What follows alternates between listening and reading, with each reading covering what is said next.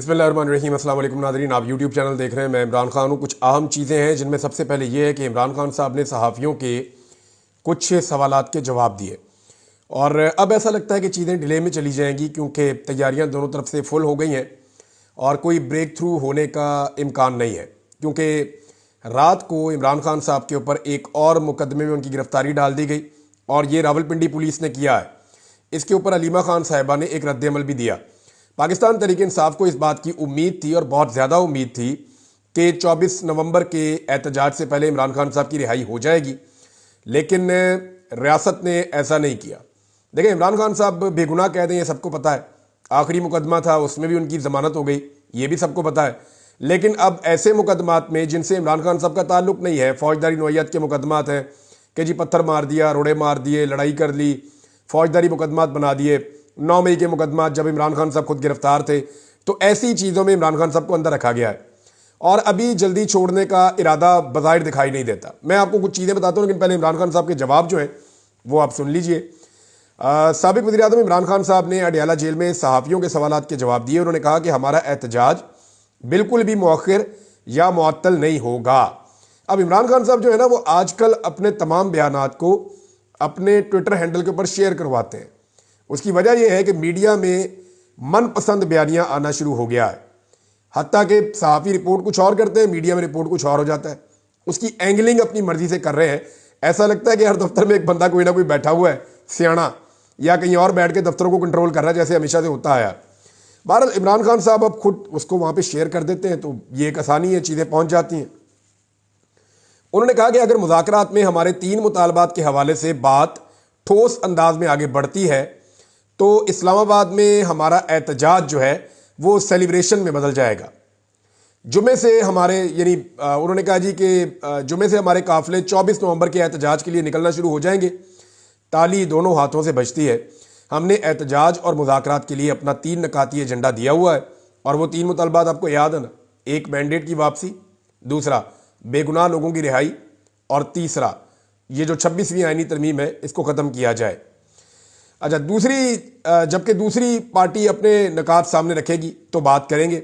मुज़ाकरात उनके साथ होंगे जिनके पास ताकत है। अब आप खुद सोच लें कि ताकत किसके पास है। फरवरी के बाद मैंने 2 कॉल्स दी हैं। 4 अक्टूबर को सिर्फ अपनी पार्टी को निकलने की कॉल दी और 24 नवंबर को पूरी कौम को निकलने की कॉल दी है, क्योंकि ये पाकिस्तान की बका और हकीकी आज़ादी की तहरीक है। मुल्क आइन के तहत नहीं चलाया जा रहा। अगर मुल्क आइन के मुताबिक चलता तो मुल्क की सबसे बड़ी जमात को निशाना ना बनाया जाता। तहरीक इंसाफ को इलेक्शन से बाहर रखने की हर मुमकिन कोशिश की गई, हमारा निशान तक छीन लिया गया। इसके बावजूद 8 फरवरी को होने वाला इलेक्शन हम 2/3 अक्सरियत से जीते।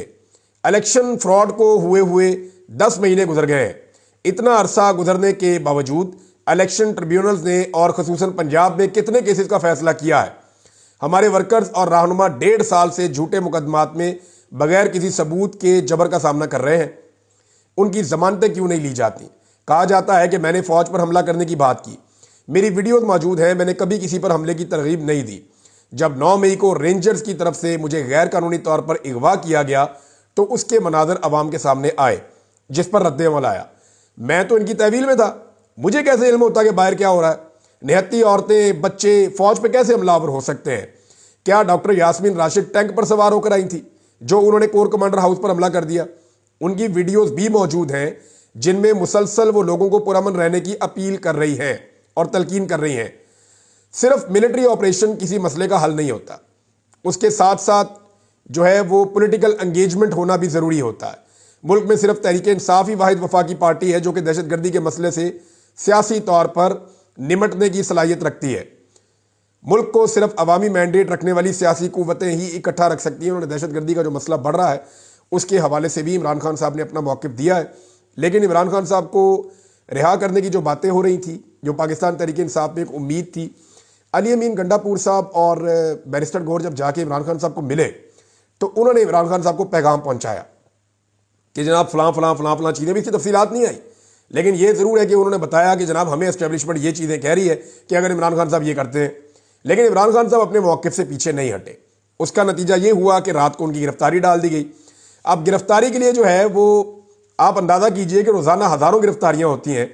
लेकिन क्योंकि मरियम नवाज की पुलिस है तो मरियम नवाज तो सारे सिस्टम को इस्तेमाल करती है अपने रखेल के तौर पे, और ऐसे इस्तेमाल करती है जैसे घर का मुलाजिम है कोई। अब रावलपिंडी पुलिस जो है वो ट्वीट करके बता रही है कि बानी पीटीआई इमरान खान पर दर्ज मुकदमात की तफ्तीश। बानी पीटीआई इमरान खान को थाना न्यू टाउन के मुकदमे में गिरफ्तार कर लिया गया। मुकदमा जलाओ घिराओ पथराव पुलिस से मुजाहमत सरकारी इमलाक को नुकसान पहुंचाने समेत दीगर वाकयात पर दर्ज किया गया। अच्छा, इमरान खान साहब जेल में थे जब ये सारे वाकयात हुए थे, तो इमरान खान साहब यानी जेल के अंदर उनके ऊपर ये मुकदमा दर्ज कर दिया है, तो बोगस टाइप का मुकदमा है। इस पे इमरान खान साहब की जो बहन है उनका रद्द-ए-अमल मैं आपको पढ़ के सुना देता हूँ। वो ये कह रही है, उन्होंने अंग्रेजी में ट्वीट किया, मैं आपको उर्दू में उसका तर्जुमा बता देता हूँ। इमरान खान को 21 नवंबर 2024 को जमानत पर रिहा किया जाना था, यानी आज के दिन उन्होंने रिहा होना था। 19 नवंबर को हमने इमरान खान साहब से मुलाकात की और 24 नवंबर के एहतजाज के बारे में पूछा कि क्या वो इससे पहले रिहा हो गए, तो फिर उन्होंने कहा अगर मुझे 23 से पहले रिहा कर दिया गया तो मैं 24 नवंबर को कानून की हुक्मरानी, जमहूरियत की बहाली और तमाम सियासी अफराद की रिहाई के लिए एहतजाज की क़यादत करूंगा। और रावलपिंडी पुलिस की ट्वीट के ऊपर उन्होंने तनकीद करते हुए कहा कि ये बेशर्म ट्वीट हमारे मुल्क में कानून की हुक्मरानी के साथ साथ इखलाकियात के मुकम्मल खात्मे की एक मिसाल है। इमरान खान को रावलपिंडी पुलिस ने ऐसे इल्ज़ाम में दोबारा गिरफ्तार कर लिया जो एक जोकर को भी शर्मिंदा कर दे। इमरान खान की गैर मौजूदगी में पाकिस्तानी अवाम 24 नवंबर को एहतजाज की क़यादत करेंगे और अपने मुल्क में इंसानों जैसा सलूक करने का हक मांगेंगे। ये जनाब इमरान खान साहब का स्टेटमेंट है। रिहाई के इम्कानात ख़त्म हो गए हैं फिलहाल तक के लिए, लेकिन एक प्रोपेगेंडा किया जा रहा है और एक खास किस्म का बयानिया बनाया जा रहा है। इसको अगर आप इन डेप्थ देखें तो पाकिस्तान तहरीक इंसाफ के साथ इस वक्त इदारों की, एस्टेब्लिशमेंट की, हुकूमत की कशमकश क्या चल रही है, मैं आपके सामने चंद खबरों के अंदर रख देता हूं सारी सिचुएशन। देखिए, एक तो बयानिया ये बनाया गया कि जनाब अभी खबरें चलाई गई कि इमरान खान साहब को मिलिए पार्टी के लोग जाके, उन्होंने कहा जी हम एहतजाज नहीं करना चाहते और हम 24 तारीख को बंदे नहीं ला सकेंगे। लेकिन मीडिया ने जनाब कह दिया कि इस तरह की चीज़ें हो रही हैं, मीडिया पे रिपोर्ट करवाया गया जानबूझ के, जबकि बैरिस्टर गौहर और अली अमीन गंडापुर साहब जो है वो दूसरी तरह की बात कर रहे हैं। वो तरदीद कर रही है पाकिस्तान तहरीक इंसाफ। इस वक्त जो ग्राउंड पे तैयारियां हो रही है ना दोनों जानिब से, जो हुकूमत कर रही है, जो एस्टेब्लिशमेंट कर रही है वो अलग है, जो पाकिस्तान तहरीक इंसाफ कर रही है वो अलग है। दोनों अपनी अपनी जगह पे तैयारियां तो कर रहे हैं। आम आदमी भी तैयारी कर रहा है, बाजू टुंगली है आम आदमी ने भी, और वो ये कह रहा है कि यार देख लेते हैं, निज़ाम ने हमें बेड़ा गर्क करके रख दिया हमारी मईशत का, कोई चीज़ हमारी ठीक नहीं है, आमदन बढ़ नहीं रही, महंगाई बढ़ती चली जा रही है। तो आम आदमी भी इन नालायक हुक्मरानों से तंग है और परेशान है। अब हो ये रहा है कि एक साइकोलॉजिकल वारफेयर चल रही है, यानी लोगों को दिमागी तौर पे उनको कंट्रोल करने की कोशिश की जा रही है, उनके दिमागों से खेला जा रहा है।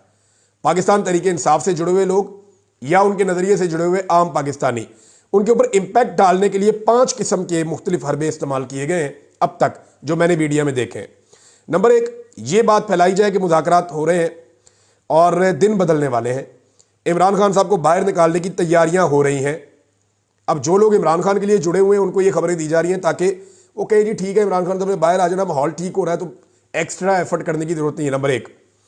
नंबर 2, जो कंपेन चलाई जाती है वो ये कि तहरीक इंसाफ में इख्तलाफात बहुत ज़्यादा हो गए हैं, ये पार्टी भी मरूसियत का गढ़ बन गई है, लिहाजा ये इमरान खान की बीवी और उनकी कहते हैं जी उनकी जो बहनें हैं उनके बीच में कोई लड़ाई चल रही है ताकि हमदर्दी जो है पाकिस्तान तहरीक इंसाफ की उसमें कमी हो जाए। तीसरा एक प्रोपेगेंडा जो इस वक्त किया जा रहा है वो ये है कि जनाब बंदे नहीं निकल रहे, यानी ये प्रोपेगेंडा ये बड़ा आसान होता है कि बंदे निकलने किसी नहीं, कोई नहीं निकलेगा। सारे आप सुनते ना वो यही बात करते हैं, 50 आदमी नहीं आएंगे, 10 आदमी नहीं आएंगे, ये करके ना लोगों का हौसला तोड़ा जाता है, डीमोरल किया जाता है।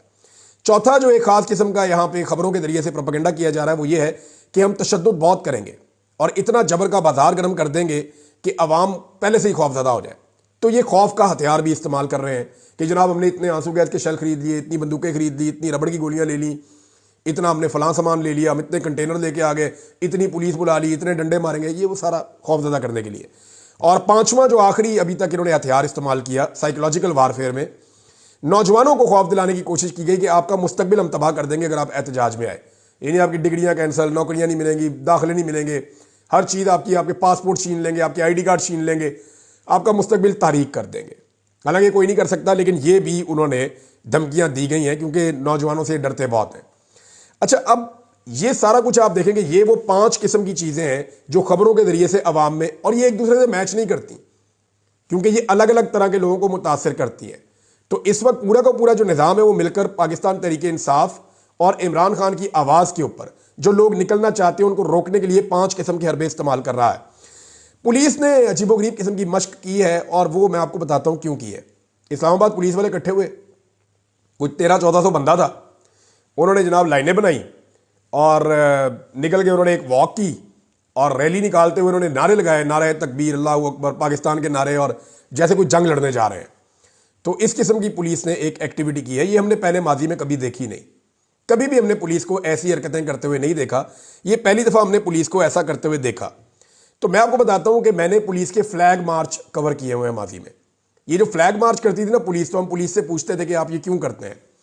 तो फ्लैग मार्च पुलिस जब डर जाती है ना, जब पुलिस खौफजदा हो जाती है या उनका मोराल नीचे चला जाता है, तो फिर फ्लैग मार्च किया जाता है। ये दुनिया भर में ये एक कॉमन प्रैक्टिस है, जिससे पुलिस वालों का डर निकलता है, उनका हौसला बुलंद होता है, उन्हें थोड़ी सी एनर्जी मिलती है। तो इसलिए फ्लैग मार्च करवाया जाता है। ये नॉर्मली दहशतगर्दों के खिलाफ होता है, या जो बड़े बड़े क्रिमिनल्स हैं जैसे कच्चे के डाकू हैं, इस तरह के मामला में फ्लैग मार्च करवाया जाता है। मुहर्रम के दिनों में नॉर्मली करवाया जाता था, दहशतगर्दी के खतरे होते थे कि पुलिस जनाब अपनी पावर शो कर रही है, थोड़ा सा हौसला आता है पुलिस वालों में, उनका डर निकलता है, थोड़ा मोराल बुलंद होता है, इसलिए ये होता है। अब ये जो पुलिस ने अजीबोगरीब किस्म की हरकत की है ना, इससे एक बात तो साबित हो गई है कि इस्लामाबाद की पुलिस डरी हुई है। वो बहुत ज़्यादा खौफजदा है कि अवामी रद्दअमल ज़्यादा होगा तो हम क्या करेंगे, क्योंकि लड़ लड़ के भी थक गई है ना पुलिस। अगली 4 लाइनों के अलावा मुझे पीछे कोई पुलिस वाला थोड़ा सा भी एक्टिव नज़र नहीं आया। यानी अगर मैं उनको गिनूं तो 100 पुलिस वाले भी नहीं होंगे जो एक्टिवली इस सारे प्रोटेस्ट के अंदर, मैंने वहाँ जो जर्नलिस्ट थे उनसे भी पूछा है, जो एक्टिवली पार्टिसिपेट कर रहे थे वो 100 भी नहीं होंगे। बाकी सारे बेदिली के साथ उनके साथ वॉक करते हुए नौकरी पूरी कर रहे थे। तो पुलिस डीमोराल तो बहुत है और वो आवाम के साथ लड़ना भी नहीं चाहती, लेकिन मजबूरी है, नौकरी है, नौकरी पेशा आदमी, नौकरी की नखरा की। अब ये जो एक्सरसाइज है, इसने ये बताया कि पुलिस ने हौसला छोड़ा हुआ है और उनका हौसला बढ़ाने की कोशिश की जा रही है। ये एक नई तारीख बन गई है, माजी में हमने ये चीज़ें होते हुए नहीं देखी। अब मामला ये है कि लोगों को कितना भी रोका जाए, एक बात तो कंफर्म है, इमरान खान की रिहाई के लिए बैरूनी दुनिया से जितना दबाव ओवरसीज पाकिस्तानी डलवा सकते हैं, उन्होंने मैक्सिमम एक्सीलेटर पे पांव रखा हुआ है। सोशल मीडिया जितना प्रेशर जनरेट कर सकता है, सोशल मीडिया ने भी किया हुआ है। अब पाकिस्तान तहरीक इंसाफ का कोई वर्चुअल जलसा हुआ है सोशल मीडिया पे, लाखों लोग उसको अटेंड कर रहे थे। यानी मेरे पास इंफॉर्मेशन है कि 1 मिलियन तक लोगों ने उसको अटेंड किया, छोड़ा, अटेंड किया, और लाखों लोग एट ए टाइम उसका जो है उसके अंदर देख रहे थे, उसके अंदर शिरकत कर रहे थे। बड़ा ह्यूज अमाउंट है लोगों का, इतनी बड़ी तादाद में लोग अटेंड करें, ये 5000 का नहीं कर सकते PMLN के लोग मिलकर, लाखों लोग वहां पे कर रहे हैं। इसका मतलब है मोमेंटम बना हुआ है, सोशल मीडिया काबू नहीं आ रहा। ओवरसीज पाकिस्तानियों ने एक्सीलेटर पे फुल पांव रखा हुआ है, पूरी दुनिया से प्रेशर बढ़ाते चले जा रहे हैं। और इस वक्त जो पाकिस्तान के जितने सफीर हैं या जितनी पाकिस्तान की रियासत के पास बाहर बात करने की कैपेसिटी है, तो एड़ी चोटी का जोर लगा रहे हैं, सर से लेके पांव तक पूरी कोशिश कर रहे हैं। ओवरसीज पाकिस्तानियों की मिन्नतें की जा रही हैं, लालचें दी जा रही हैं, थ्रेट किया जा रहा है कि इसको खुदा के वास्ते रोक लो एहतजाज को। अगर ये दुनिया के 3 दर्जन से ज्यादा बड़े मुल्कों के अंदर, और वो मुमालिक जहां पे हमारे हुक्मरान रिटायरमेंट के बाद जाकर रहना चाहते हैं, जहां हमारे सरकारी अफसरान रिटायरमेंट के बाद जाकर रहना चाहते हैं, उन मुमालिक के अंदर जब इस तरह का मोमेंटम बन जाएगा तो बड़ी खौफनाक सूरत हाल हो जाएगी। और पाकिस्तान की सारी ट्रेड भी उधर ही है, पाकिस्तान पैसा भी उन्हीं से मांगता है और वहीं से पैसा लेकर पाकिस्तान अपना मुल्क चलाता है। अब इस सूरत हाल में ये प्रेशर बहुत बढ़ गया है। बैरूनी प्रेशर मुकम्मल है, जब तक अंदरूनी प्रेशर इस लेवल का नहीं होगा इमरान खान साहब की रिहाई नहीं हो सकती। ये बात मैं आपको कंफर्म कर दूं कि इमरान खान साहब की रिहाई के लिए पब्लिक ने अगर कोई रोल प्ले करना है तो वो उन्हें अब करना पड़ेगा। अदरवाइज फिर 24 तारीख गुजर गई, 25 गुजर गई, तो फिर ये एक लंबी कमेटी पड़ जाएगी, क्योंकि निज़ाम ये समझता है कि इमरान खान इस निज़ाम के लिए खतरा है, और इमरान खान ये समझते हैं कि डील किए बगैर मैंने बाहर आना है। अब इमरान खान डील में जो चीजें मांगते हैं वो हुकूमत दे नहीं सकती, ये निज़ाम भी नहीं दे सकता, तो रास्ता पीछे एक ही रह जाता है और वो है इलेक्शन। यानी अगर फर्ज करें इमरान खान साहब कहते हैं मैंडेट वापस करो, भाई मैंडेट वापसी का मतलब है अपनी चोरी को तस्लीम करना। ये पाकिस्तान की तारीख में लिखा जाएगा कि एस्टेब्लिशमेंट ने एक इलेक्शन छीन के, वैसे तो हमेशा ही छीना है, लेकिन इतने बड़े पैमाने पर छीन के पूरी हुकूमत ही बदल दी थी। तो इससे बेहतर नहीं है कि नया इलेक्शन करवा दें, बजाय इसके कि मत्थे पे चोर लिखा जाए इन सारी पॉलिटिकल पार्टियों के। लिहाजा वो ये कोशिश करेंगे कि इसको इस तरफ लेकर चले जाए। एक खबर और है नादरी, और ये बड़ी इंटरेस्टिंग खबर है। खबर यह है कि पाकिस्तान पीपल्स पार्टी ने पब्लिक अकाउंट कमेटी की चेयरमैनशिप मांग ली है। अच्छा, इसके बारे में ना मैं आपको थोड़ी सी एक चीज़ और बता देता हूँ कि पब्लिक अकाउंट कमेटी का जो चेयरमैन होता है ना, इसका काम होता है कि हुकूमत की जो कमियां कोताहियां हैं, जहाँ पे हुकूमत गलत कर रही है, ये उनके ऊपर एक चेक एंड बैलेंस होता है, PAC। तो हुकूमत के ऊपर चेक एंड बैलेंस नॉर्मली फिर अपोजिशन के पास होता है।